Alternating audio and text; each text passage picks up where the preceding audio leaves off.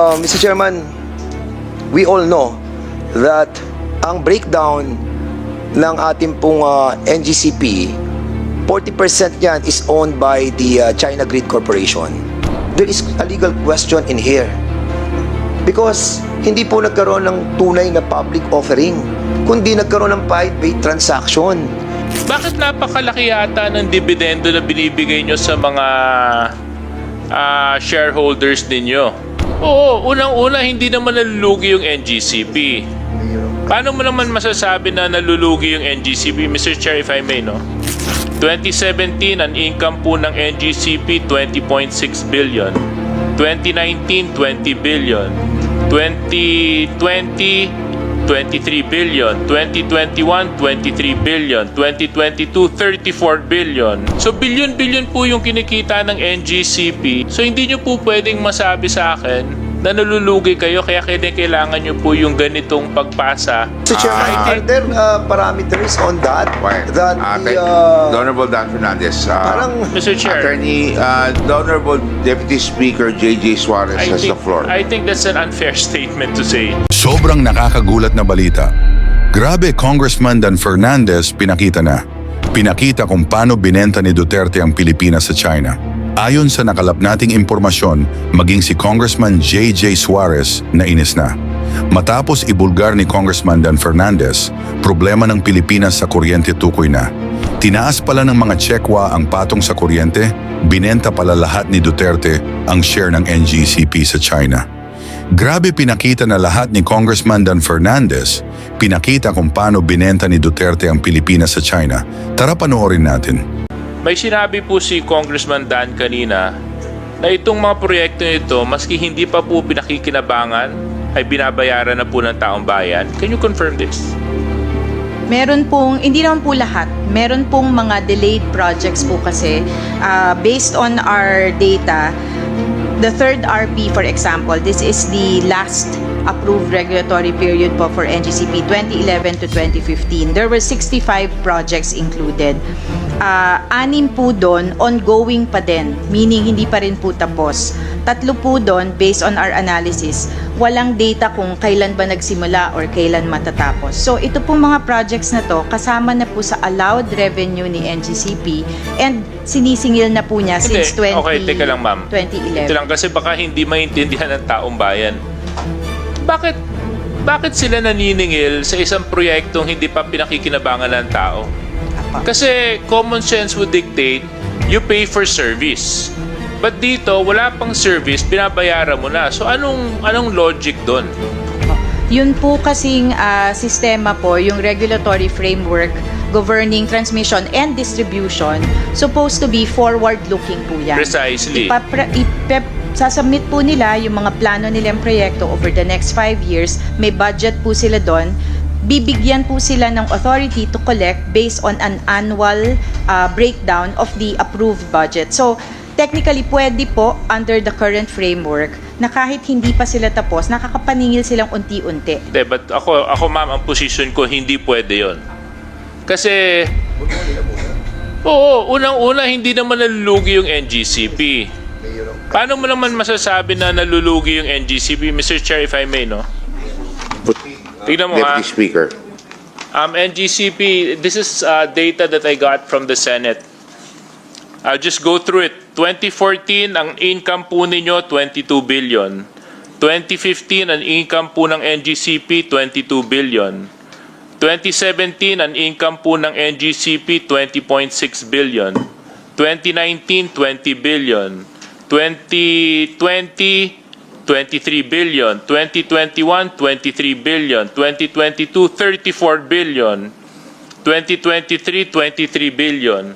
So billion-billion po yung kinikita ng NGCP. So hindi nyo po pwedeng masabi sa akin na nalulugi kayo kaya kailangan nyo po yung ganitong pagpasa ng pambayad sa mga consumers, sa mga proyektong hindi nyo pa pinakikinabangan. Ngayon, ang tanong ko, dito sa kinikita ninyo, bakit napakalaki yata ng dividendo na binibigay nyo sa mga shareholders ninyo? Like for example, In 2014, your net income was 22 billion. However, the dividends you provided to your shareholders was 24 billion. In 2015, your income was 22 billion, but the dividends, 21 billion, 93%.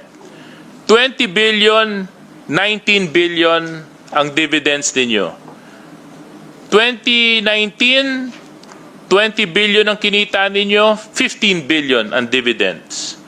2020, 23 billion ang kinita ninyo, 12 billion ang dividends. 2021, 23 billion ang kinita ninyo, 12 billion ang dividends. 2022, 34 billion, 12 billion ang dividends. 2023, 23 billion ang kinita ninyo, 12 billion ang dividends. Shouldn't you be allocating more for development of new sites, expanding your service, improving your service, rather than ensuring that your shareholders get a larger pie of your income? Yeah, may we respond, Mr. Chair? Yeah, Mr. Chair, yung funding ho for projects doesn't come just from internally generated cash. So the dividends mentioned come from retained earnings. So that isn't exactly, with all due respect to how it works, that your dividends will be necessarily from your earnings. That's not how things are done po. No, Second but po, insofar as you're able to Yeah. give billions in dividends, yes, Mr. Chair. that means your company is earning billions, If I may, Mr. Chair, proceed. Yung funding capex po was never put at risk, even with the distribution of dividends. Our capex, again, is approved by the ERC. So we are only spending exactly how much we're allowed to spend. And in fact po, if you look at the historical data, NGCP has outspent government 5:1. So in terms of yung obligasyon ho namin na gumastos at Ma'am, paunlarin ho ang transmission ma'am, grid, Question. nagawa po yun. Mr. Chair. Attorney. Mr. Chairman, I are there parameters on that? Why? That The the Honorable Dan Fernandez. parang Mr. Chair. Attorney, the Honorable Deputy Speaker J.J. Suarez has the floor. I think that's an unfair statement to say that we're actually spending more than government. Siyempre, trabaho niyo yun eh. Yes, exactly po. So don't compare it to government. Don't compare it to government spending because you are supposed to be establishing those transmission lines to begin with. So don't say that you're spending more than government. Yes, Mr. Chair. That's It just underlines po, Mr. Chair, and I apologize if it came across as different. That's an unfair statement because that responsibility was given to NGCP Yes. under the franchise that was provided to you. And we have fulfilled that responsibility, Mr. Oh, Chair. I don't think In fact, we have spent 182 billion between 2016 and 2022. So meron ho talaga kaming inilalabas. Kasi kung hindi po kami maggagastos, wala hong matatapos na proyekto. Attorney, alam nyo po, Question, Mr. very Chair. relevant po ang sinabi nyong na fulfill nyo yung obligasyon nyo. Because right now, a lot of projects have not been completed. You've been fined 10 times over for them. And you cannot categorically tell us in this committee, straight in our face, that the mandate has been fulfilled. Because kaya nga ako yung napafine eh. So parang kung may disconnect ho yung statement nyo at saka yung nangyayari po talaga sa ground. And from an incumbent Deputy Speaker to a former Deputy Speaker, the Honorable Yusek Sharon Garin. Sir Chair, just another perspective to that. If according to based on the NGCP audited financial statements, the total revenue is 663 billion in the past 14 years.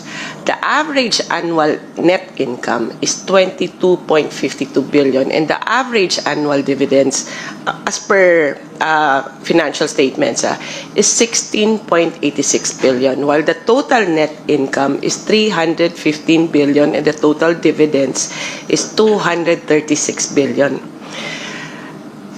Ang capex nila as of that financial statement is 237.8 billion and total loan is 237.6 billion.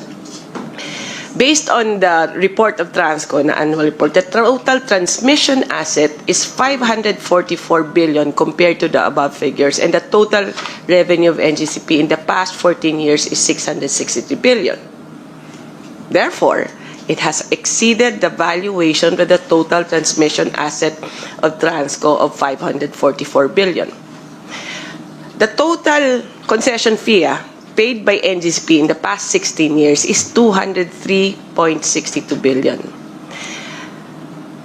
That has been overtaken by the total dividends received by its owners of 236. Mas mataas pa yung dividends, 236 billion. So with 10 more years under concession agreement, from the point of view of the investors, these numbers are very, very good, Mr. Chair.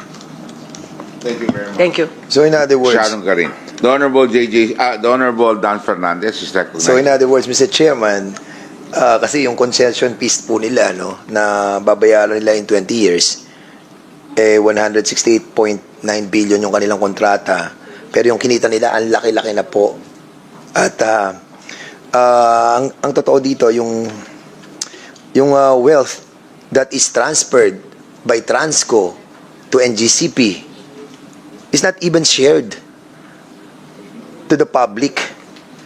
Alam niyo, Mr. Chairman, in accordance with Section 8 of Republic Act 9511, sinasabi dyan that the grantee, the NGCP, shall list subject to the requirements of the Securities and Exchange Commission and the PSE and make a public offering of the shares representing at least 20%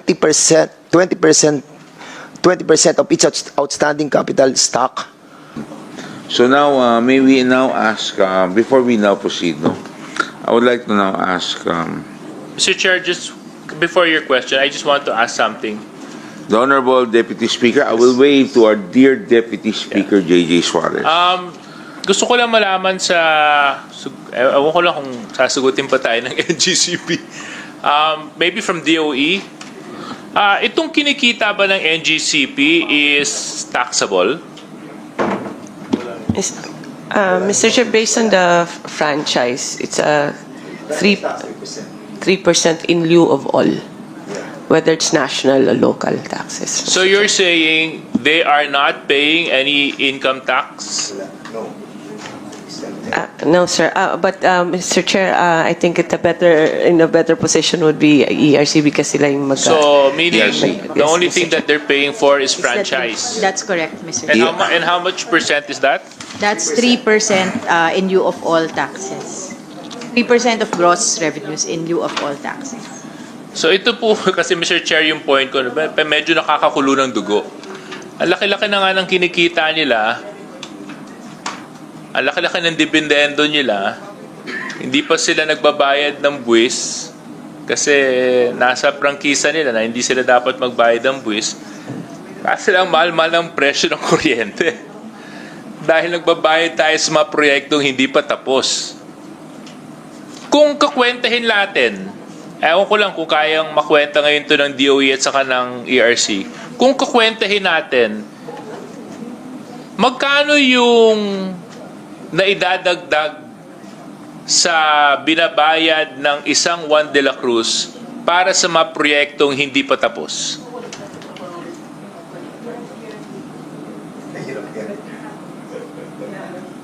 Kasi sinabi nyo, nagbabayad tayo sa mga proyektong hindi pa tapos. Ngayon, para mas maunawaan lang ng mga Pilipino, magkano yun?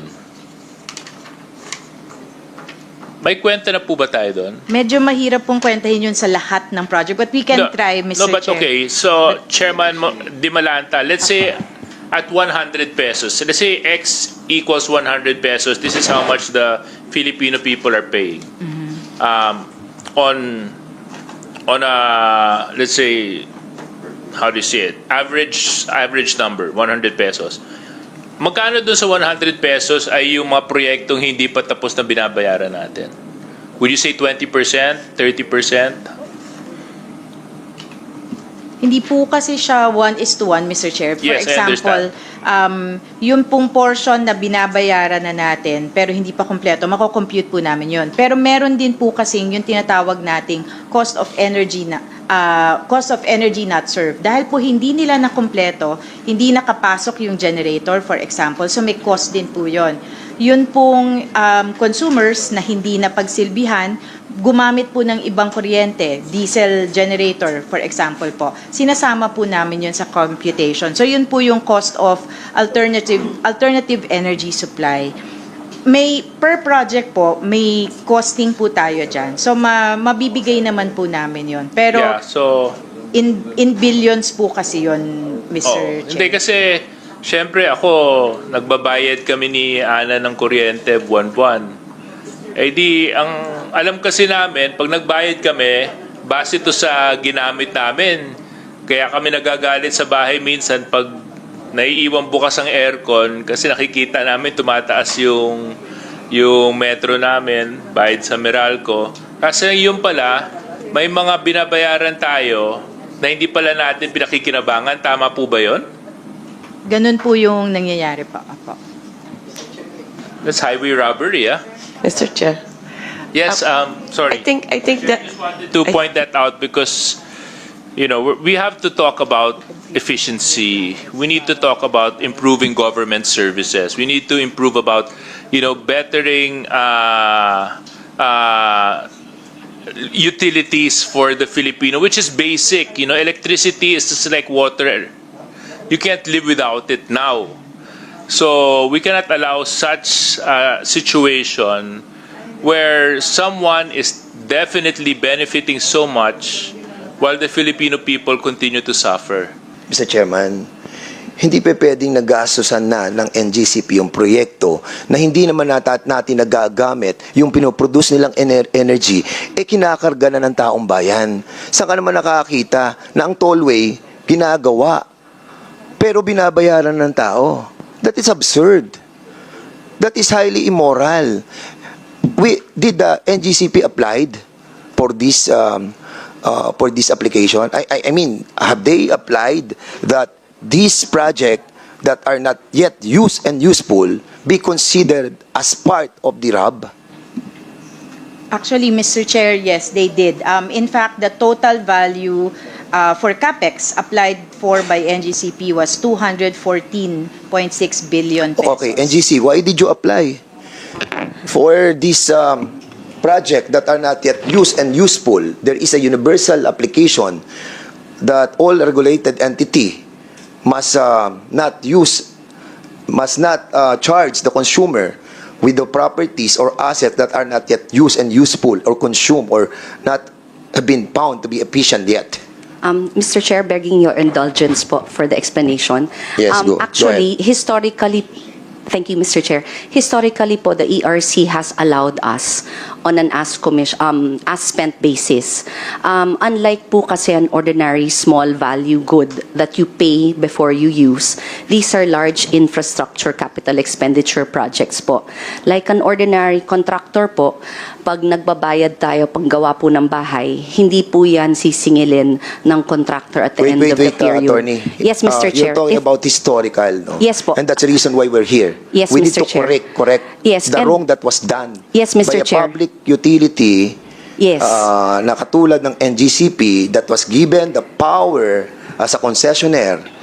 The utmost priority is the least cost manner, no? Actually, in Mr. accordance Chair, with the EPIRA law. if Now, I ang may sinasabi explain mo, po. iba yung sinasabi mo na contractor. Yes, Mr. Chair, if I Ang may sinasabi explain po. natin dito, hindi pa, Attorney Cynthia, hindi pa tapos yung project. Yes, Mr. Chair, if I may I-charge explain. na natin sa taong bayan. If I may Naniningil explain, tayo. And that's Mr. the reason, Chair. okay.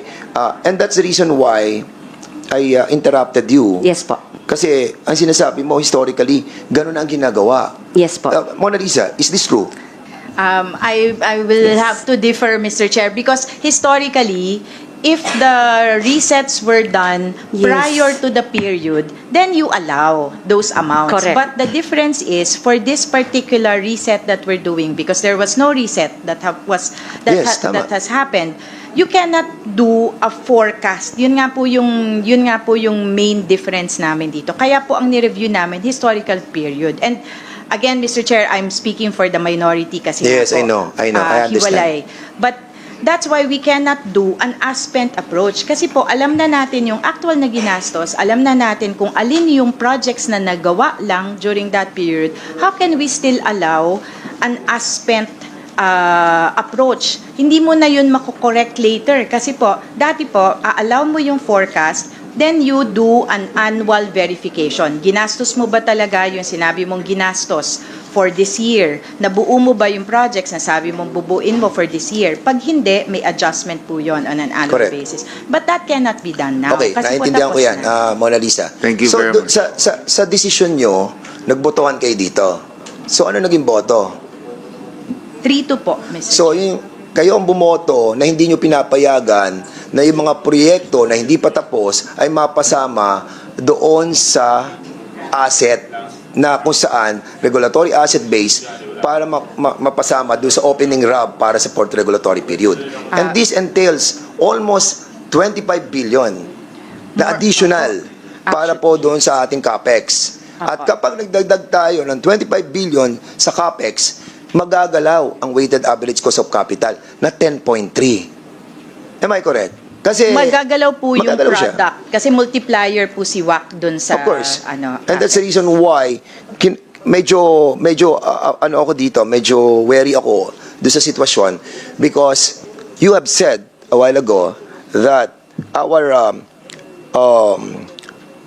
final determination, which will be released on January 2025, days from now, will be 10.3. Yung WACC po, wala naman po masyadong issue. But we do have, in the commission, we Pero, do have an issue Mona, on the CAPEX po. Dahil nga nadagdagan yung inyong CAPEX ng 25 billion dahil sinama natin yung mga proyekto na hindi tapos, nasisingilin sa taong bayan. So, yung WACC talaga magiging 10.3. So, para mabawasan ang 10.3, I think we need to consider the evaluation or appraisal of the two consultants that were hired by the ERC. Yung NCL saka Mr. Chairman, I think we need to invite the Royal Asia Appraisal and also the NCL in the next hearing. And at the same time, I'd like to invite those who have voted against this measure, especially bakit kinonsider nila na yung CAPEX na hindi pa tapos yung mga project ay kailangan ng bayaran ng ating mga kababayan. Okay. So why we they take voted note of on that, this? okay? Comsec, please take note of the request of the Honorable Dan Fernandez. Hmm. So, they should be invited in the next hearing. You may proceed, Honorable Dan Fernandez. So in other words, Mr. Chairman, I want to show you a slide, no? Before that slide, Honorable Dan Fernandez. Isang ano lang to, isang slide lang. Before that, Yeah, okay. few seconds lang. NGCP. Thank You you were very trying much. to say something. Yeah. I'll make you finish. Thank you, Mr. Chair, very much. Ano po yung gusto niyo sabihin bago po yung slide ni Honorable Dan? Yung sinabi po ni Chair Mona is absolutely correct. There was a regulatory delay in the review of our fourth and fifth regulatory reset process. Now, dapat po nag-umpisa yung review na yan for the fourth reg in 2014 or thereabouts, pero hindi po nagawa. Under the credit of Chair Mona talagang in-expedite na yon. However, the rules in place at that time po were may particular rules po na sinasabi tayo na pinapayagan po ang NGCP na ganun po yung regulatory framework na unti-unti pong sinisingil para hindi po mabulunan ng consumer pagdating sa dulo at bulto na po yung babayaran para sa mga proyekto. Number one po yun. Pangalawa po, kada proyekto po namin, ina-apply po namin sa ERC at kasama po doon yung ganong klaseng framework. Pangatlo po, yung pagbabago ng mga rules na minention po ni Chair Mona, that's a rule setting issue, that was done after the expenditures were incurred. So nung panahon po na patuloy ho ang trabaho ng NGCP bagamat wala ho kaming regulatory reset process. Ang sinundan ho namin yung huling approved rules na wala ho kaming choice kasi nga po hindi po naumpisahan yung pagpataw ng bagong rules. Kaya po ginamit namin yung dating rules at humingi po kami ng interim revenue scheme para ho patuloy yung trabaho ng NGCP. Kung hindi po namin ginawa yon, ang mangyayari ho, wala hong magiging magpapatakbo ho sa negosyo.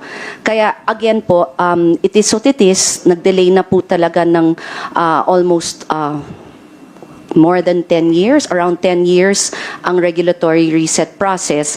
Kaya naman ho, nagkakaroon ho ng usapan sa ERC at tine-threshold ho namin yung position nila. At of course, NGCP rin po, meron rin kaming posisyon na sinunod lang ho namin yung mga regulasyon na in place at that time. And ang position ho namin, the retroactive application of the rules after the expenditures were made may not be fair on the business po. ERC Malata. Response. Because I think she's talking about, they were just following.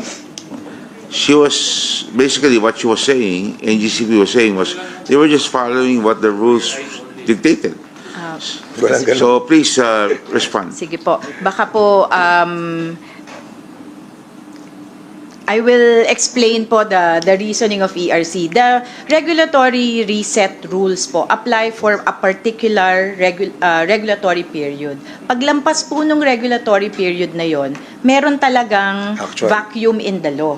Kasi po, hindi na siya dapat talaga nag-a-apply doon. That's why when we issued in 2022 the rules that will apply for that period wherein wala pong naging rules, sabi namin, tapos na yan, we will apply the historical cost. Na may record naman po yung commission, may record din naman pong sinubmit si NGCP. So hindi po, para sa amin, hindi po ito issue ng retroactive rate making because there were no, or retroactive rule making or rate making kasi nga po, klaro na ang regulatory period may specific set of rules po siya. Ngayon, tama naman po din yung punto ni NGCP na hindi po kasi naglabas yung ERC ng rules po dati. Tama po yon. Kaya lang po, sabi na nga rin po, we are where we are, kaya po gawin na lang natin kung ano po yung kaya po nating gawin ngayon. Pero dun sa punto po na sinusunod lang po yung, kahit po sundan natin yung punto nila na sinusunod lang nila yung dating rules, meron din po tayong listahan ng mga projects na dapat ay nakasama na-complete nung third RP kasi po at sinisingil na sa atin na hindi pa rin po nakompleto. So, meron din pong, siguro po, meron mang pagkukulang yung ERC, may pagkukulang din po talaga din si NGCP kasi po, meron siyang naaprubahang mga proyekto, sinisingil na sa atin, pero hindi pa rin po talaga nila, hindi pa rin po nga nasimula. Yusek Sharon Garin. Can we get Before Mr. Chair? NGCP. Yeah, Mr. Chair, just short lang. I just wanted to get more details on the statement issued by Chairman De Malata. ERC Chair, can we have a list? Kasi may mga binabanggit Oh. kayo mga na-delay We'll submit na po. so can you submit ito? Please submit the details. Apo. Kailan, anong project, kailan dapat tapos, at bakit hindi pa complete up to now? The Honorable Sharon Garin, our former Deputy Speaker. Mr. Chair, just on a general picture lang. This is a table that we have done prior to the reset, no? But at that stage, NGCP had 227 projects under the transmission development plan natin. Iba tapos na, iba hindi pa. Now, out of the 227 at that time, there were 111 approved by ERC. Iba dyan na-complete, iba ongoing. Now, out of the 111, out of the 111, 83 on our record, and 6 plus 7, Delayed. completed siya, no? 783 ba to? Tama. 7 plus 6. 13. 83. 83 completed na siya at that time. But out of that 83 completed, 77 ang delayed. And out of that 111, yung remaining nun na ongoing pa rin, there are 27 projects. Ang within schedule lang at that time, isa lang. 26 ang delayed. Just as a perspective, iba naman yung perspective on the computation, ano. Pero, out of these projects, for example, isa yun yung Luzon Loop.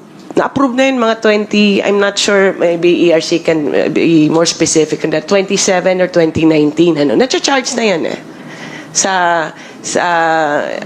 Nacha-charge na yun sa mga consumers natin eh. It was approved already. Delayed ng delayed. Now, why is there a delay? Kasi minumove din nila yung schedule nila eh.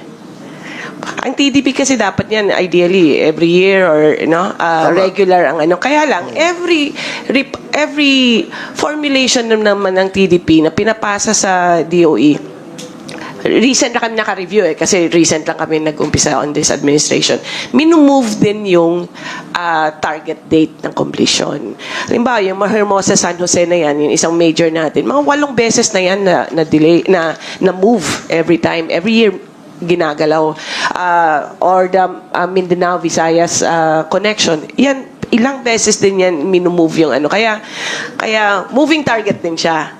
So it affects also the calculation, Yes. Mr. Chair. Thank you. Mr. Chairman. Thank you very much, Mr. Yusek Sharon Mr. Chair. Garin of the Department of Energy.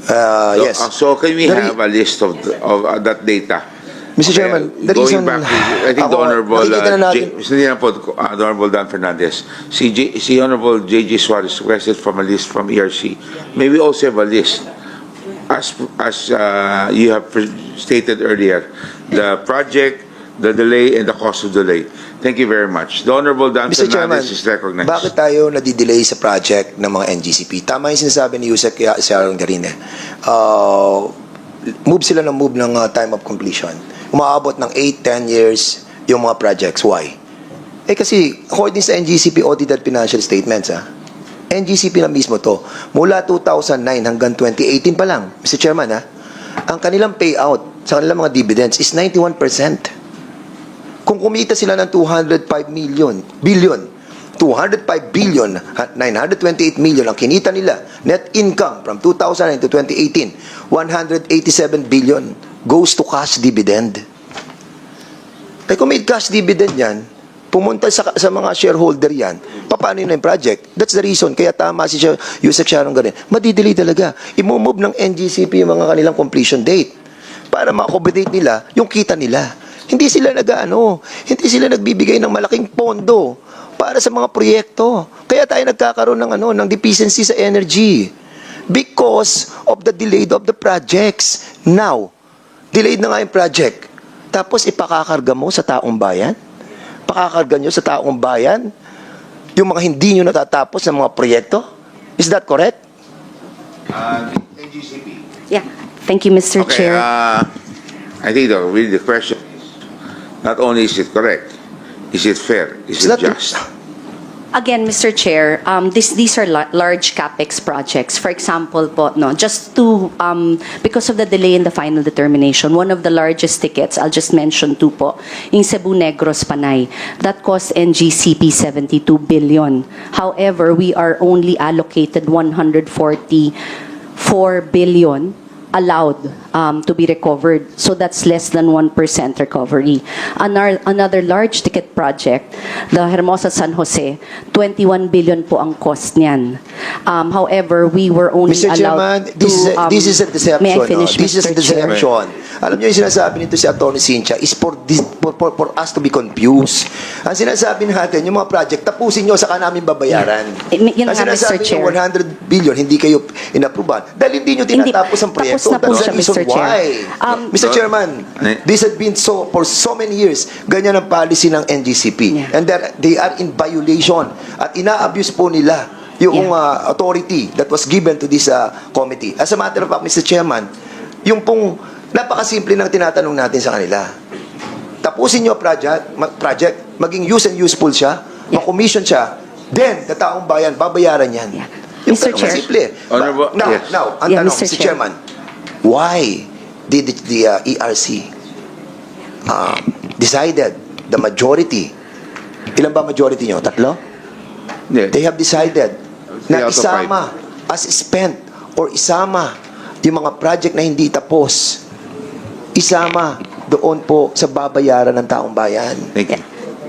Yun ang ating tinatanong dito, Mr. Chairman. Mr. Yes. Chairman. So I think the Honorable Dan Fernandez is still going back. We understand that the CAPEX, no, we will have to really go straight to the point. And the Yes, answer po. really is it just and fair to really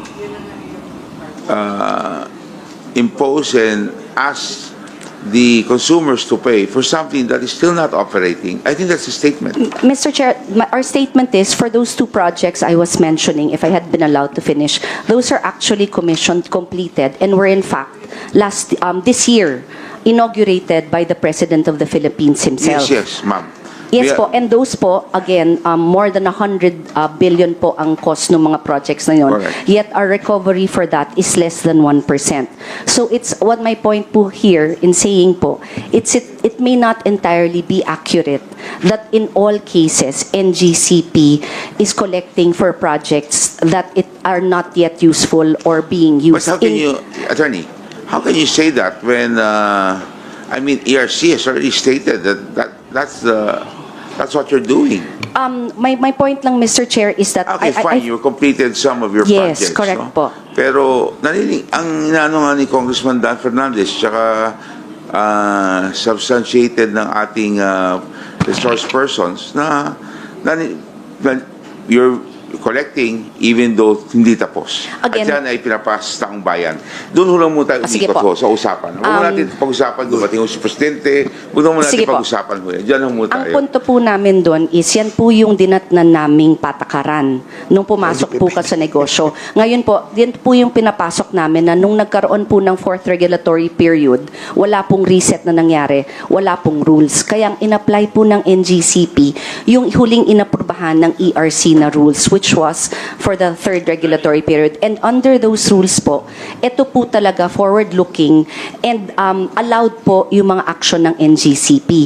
Hindi ho maaaring mag-charge ang NGCP or kumilos ng kahit ano po, nang walang pahintulot ng ERC. So, nung 2016 at hindi po naaprubahan po yung fourth regulatory period, wala ho kaming choice kung di apply yung dating rules. And yung actions po ni NGCP under those rules were allowed. So, yun po ang punto namin, na hindi ho namin ginusto na hindi magkaroon ng regulatory reset noong 2016 onwards. In fact po, nung hindi na ilabas ng ERC yung issues paper, at that time, kami na ho ang naglabas kasi gusto ho namin talagang magkaroon ng reset process. Nung hindi pa rin ho lumabas at hindi na-conduct, wala ho kaming choice kundi ipagpatuloy yung negosyo at serbisyo under the old rules. So, sinasabi nyo, hindi nyo man sinasagot kung ito fair at saka just. Basta sinasabi nyo lang, itong rules. At Yes yan ang po. ginagawa Kasi nyo. po, yung fair and justness, Klaro na po tayo dyan, opo, attorney. would be Okay? on the Klaro na ERC. po tayo dyan. Okay, yan ang inyong punto de vista po dyan, attorney, na I think ERC, this was allowed by ERC. So, why are they... Looking forward kasi tayo. May rules. Is that really... Okay, because you're shaking your head. Attorney Di Balanta, can you please explain, was this allowed or not? Mr. Chair, I don't think it's accurate to say it was allowed by ERC because one, there were no rules. I think recognized naman po din ng NGCP that there were no rules after the third regulatory period had lapsed. Walang rules po nun. Sabi nila, nag-file po ng issues paper at that time ang NGCP. Siguro po that demonstrates really the desire of NGCP to have a reset. But it doesn't cure the fact that there were no rules at the time. Kaya po nung 2020, and in fact, I'm checking po if they applied for an interim MAR. Because in 2020, they applied for an interim rate. It's a recognition that there were no valid issued approved rates from 2016 all the way to 2020. Kaya po sila nag-apply ng interim. But when the Commission issued also its decision on that interim MAR, clear naman po na interim siya. So, hindi po siya in any way a recognition na tama yung ginagawa ninyo, kung yun man po yung ginagawa po niya. Because, klaro po na kailangan may full reset bago po magkaroon ng tamang rates ang NGCP. So, medyo reserve lang po ako at the time. I wasn't part of the commission at the time, but I think Kaya po interim lang yung pinasa ng komisyon because it's all subject to a full reset. Thank you very much, ERC Chair De Malanta. So, that answers the question, or that ERC is now saying that my understanding is that even though there are no rules, mali pa rin ang NGCP. Tama po ba yan? Klaro po na whatever was happening at that time, whatever was issued, was only an interim arrangement. It wasn't a validation that what they were doing was correct and was upheld by ERC. Yeah, but what rule will they follow kung it's an interim Klaro rule? naman po na dapat po naglabas din yung ERC. Kaya po medyo hirap po akong kasi po, klaro naman po dapat naglabas yung ERC noon. But I think it was also recognized that that the interim that was issued that they applied for in 2020, I think they applied also back in 2015, but it was not acted upon, I'm not sure po, that it was only an interim arrangement. So hindi po siya final rules. It's all subject to the final action in a reset. Thank you very Meaning, much. The Mr. Chairman, Honorable Dan Fernandez. Meaning, Mr. Chairman, recognized. with that, Chairman Mona Lisa De Malanta, I still remember, during the time on 18th Congress, I filed a resolution questioning that interim MAR that was approved by the former commissions, former chairperson, together with the with commissioner. I think that was a 53 billion increase on the if I'm not mistaken, kasi ako nag-file nung resolution na yon we investigated that issue, and that 53 billion was an interim, and during that time it was pandemic. I question the validity of that increase, and what you're trying to say right now, that interim will be acted upon by the No, Mr. Chair. What I'm saying is that interim was interim only and a recognition that there will be a reset, which is where we are now. and that's the reason why Apa. kung merong excess do sa paniningil sa taong bayan, ire-refund yon at mapapasama yon doon sa susunod na regulatory period. Depende po sa outcome po ng Okay. nung reset. Now I understand. And that's the reason why yan ang sinasabi natin. Kahit anong gawin nyo, darating ang panahon na sisingilin kayo ng pagkakataon. Huwag natin sabihin na maaayos natin ang mga ERC commissioner. Tapos hahabulin kayo at ibabalik nyo ang pera sa taong bayan. Mr. Chairman, gusto ko lang ipakita tong small lang. Okay, Kasi the Honorable Dan Fernandez has the floor. Silence is requested. Kasi ganito ang magiging repercussion yan. Please present the slide.